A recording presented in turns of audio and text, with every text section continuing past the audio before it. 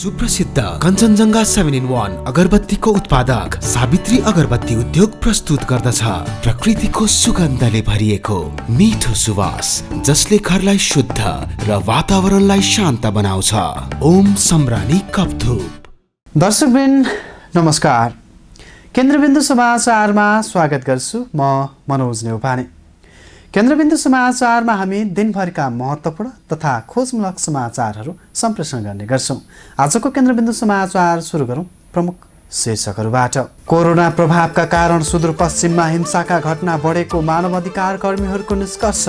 चैत्यता 276 आत्महत्या तथा 160 बढी बलात्कारका घटना। कोरोना विरुद्धको खोप ल्याउने कार्य प्रगति विषयमा विभिन्न मन्त्री र सचिवबीच छलफल। कोभिड कोषको खर्च विवरण पनि जनता समक्ष छिट्टै सार्वजनिक गरिने। संसदीय समितिको निर्देशन अटेर गर्दै विश्वराज पोखरेललाई एआइजीमा बढुवा। समितिको निर्देशन सरकारले पालना गर्नै पर्ने समिति सभापति शशि श्रेष्ठको भनाइ। अखिल नेपाल फुटबल सङ्घ एन्फाले मुख्य प्रशिक्षक योहान कालिनको राजीनामा स्वीकृत। बालगोपाल महर्जनलाई कार्यवाहक प्रशिक्षकको जिम्मेवारी। र कोरोना सँगसँगै भारतको आन्ध्र प्रदेशमा अर्को एक रहस्यमय रोगको प्रकोप। आन्ध्र प्रदेशको एलोरू सहरमा मात्रै 500 बढी प्रभावित। रोगका बारेमा अनुसन्धान जारी। जस्तै परिस्थितिमा पनि होन्डा छ सधैँ तपाईसँगै। त्यसैले अब होन्डा हुनेछ तपाईसँग मात्र 1 रुपियाँको डाउन पेमेन्ट वा 1 रुपियाँको इएमआई वा 1% इन्ट्रेस्ट रेटमा। थप जानकारीका लागि यी नम्बरमा कल गर्नुहोस् वा माथि दिएको लिङ्क क्लिक गर्नुहोस्। होन्डा छ सधैँ तपाईसँगै। शर्माजी, चाउचाउ। कुन चाउचाउ? जसमा फाइदा छ। कसलाई फाइदा? हामीलाई कि ग्राहकलाई? तपाईलाई फाइदा हुने प्रीति चाउचाउ। फाइदा के छ यसमा?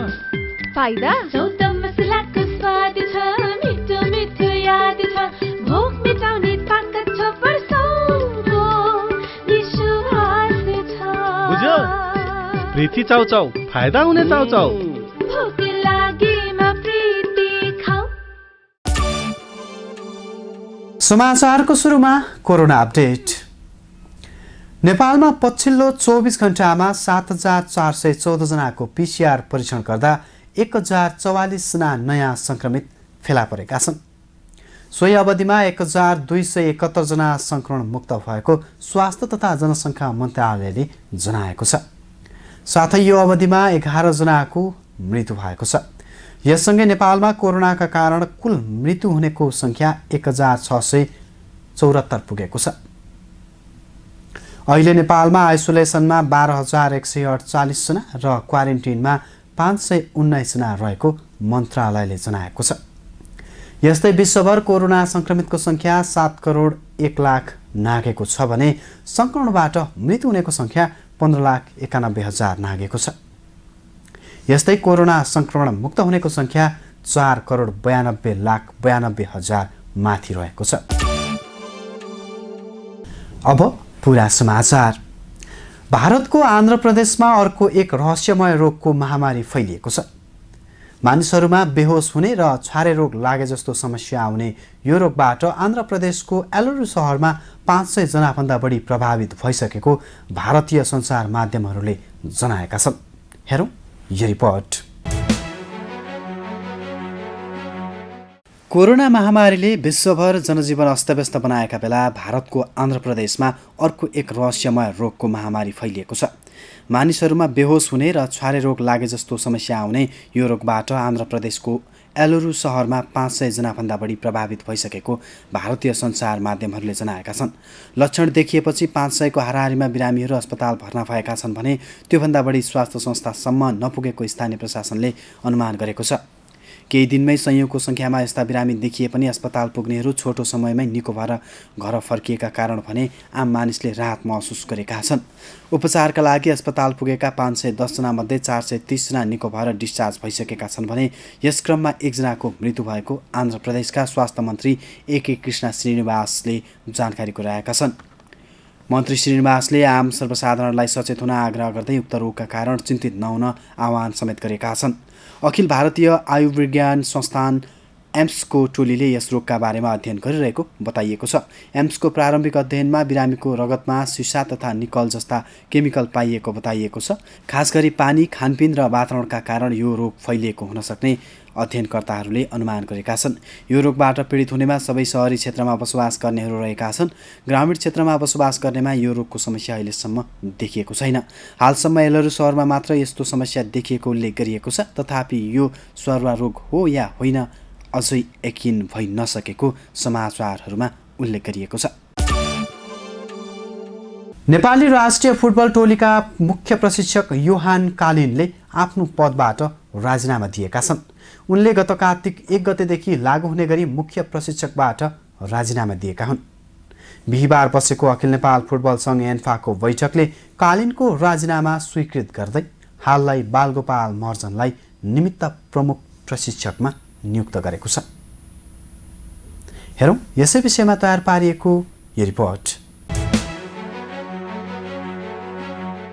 अखिल नेपाल फुटबल सङ्घ एन्फाले मुख्य प्रशिक्षक योहान कालिनको राजीनामा स्वीकृत गरेको छ।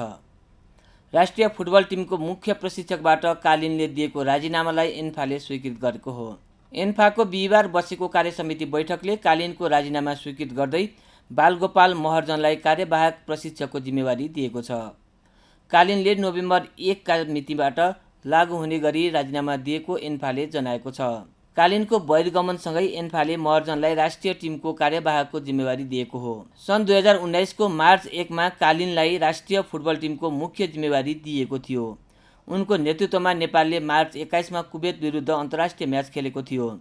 उनकै नेतृत्वमा नेपालले 11 खेलमा प्रतिस्पर्धा गरेको थियो, जसमा 1 जित, 2 बराबरी र 8 खेलमा हारको नतिजा निकालेको थियो। कालिन कोरोनाको सङ्क्रमण बढेसँगै मार्च 27 मा स्विडेन फर्किएका थिए। उनले स्विडेनबाट आफू नेपालको राष्ट्रिय टिमको जिम्मेवारीमा फर्कन नसक्ने बताएका थिए। कोरोनाका कारण आफ्नो देशले हवाई उडानमा लगाएको प्रतिबन्धका कारण कालिनले आफू नेपाल आउन नसक्ने बताएको एन्फाले जनाएको छ। नेपाल प्रहरीका प्रहरी नायब महानिरीक्षक डिआइजी विश्वराज पोखरेल प्रहरी अतिरिक्त महानिरीक्षक एआइजीमा बढुवा भएका छन्। बुधबार संसदको राज्य व्यवस्था तथा सुशासन समितिले दिएको निर्देशन अटेर गर्दै सरकारले बिहिबार पोखरेलको बढुवा गरेको थियो। तर सरकारको अटेरीपन विरुद्ध बोल्दै समितिका सभापति शशु श्रेष्ठले समितिले दिएको निर्देशन सरकारले पालना गर्ने पर्ने बताएकी छिन्। हेरौँ यो रिपोर्ट। नेपाल प्रहरीका प्रहरी नायब महानिरीक्षक डिआइजी विश्वराज पोखरेल प्रहरी अतिरिक्त महानिरीक्षक एआइजीमा बढुवा भएका छन्। मन्त्री परिषदको बिहिबारको बैठकले पोखरेललाई बढुवा गरेको हो। पोखरेलको बढुवासँगै नेपाल प्रहरीमा एआइजीको सङ्ख्या प्राविधिक सहित 5 पुगेको छ। यसअघि बुधबार संसदको राज्य व्यवस्था तथा सुशासन समितिले पोखरेललाई बढुवा गर्ने गरी सरकारले अनुमोदन गरेको सङ्गठन तथा व्यवस्थापन सर्वेक्षण स्थगन गर्न साथै पोखरेलको बढुवा पनि स्थगनका लागि निर्देशन दिएको थियो। तर निर्देशनको भोलिपल्ट नै सरकारले पोखरेलको बढुवा गरेको हो। पोखरेल हाल रहेका डिआइजी मध्ये सिनियर हुन्। त्यसकारण अब प्रहरी महानिरीक्षक शैलेश थापा छेत्रीले अवकाश पाएपछि प्रहरीको नेतृत्व सम्हाल्नेछन्। एकल प्रतिस्पर्धाका रूपमा रहेका पोखरेल भावी नेतृत्वका दावेदार बनेका छन्।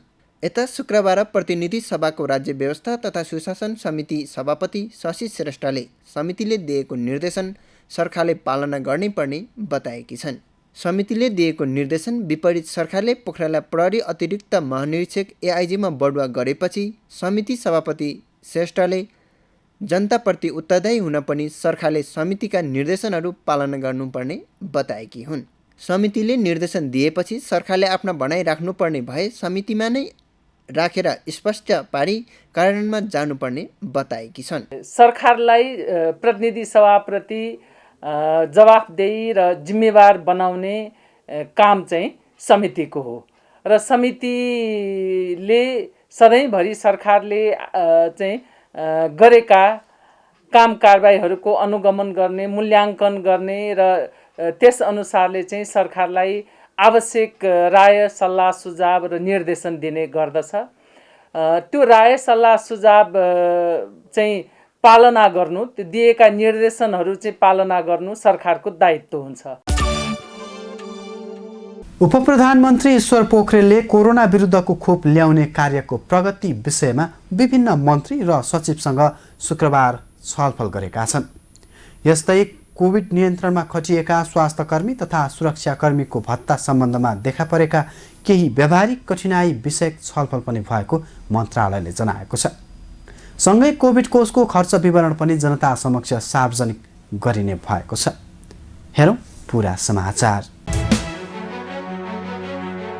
उपप्रधानमन्त्री ईश्वर पोखरेलले कोरोना विरुद्धको खोप ल्याउने कार्यको प्रगति विषयमा विभिन्न मन्त्री र सचिवसँग शुक्रबार छलफल गरेका छन्। प्रधानमन्त्री तथा मन्त्री परिषदको कार्यालयका मन्त्री पोखरेलले आज गृह, अर्थ, परराष्ट्र, सामान्य प्रशासन तथा सङ्घीय मामिला, स्वास्थ्य तथा जनसङ्ख्या र संस्कृति, पर्यटन तथा नागरिक उड्डयन मन्त्री, मुख्य सचिव र सचिवसँग जनतालाई समयमै निशुल्क खोप उपलब्ध गराउने बारे सरकारका निर्णय र त्यसमा भइरहेको प्रगतिबारे छलफल गरेका हुन्।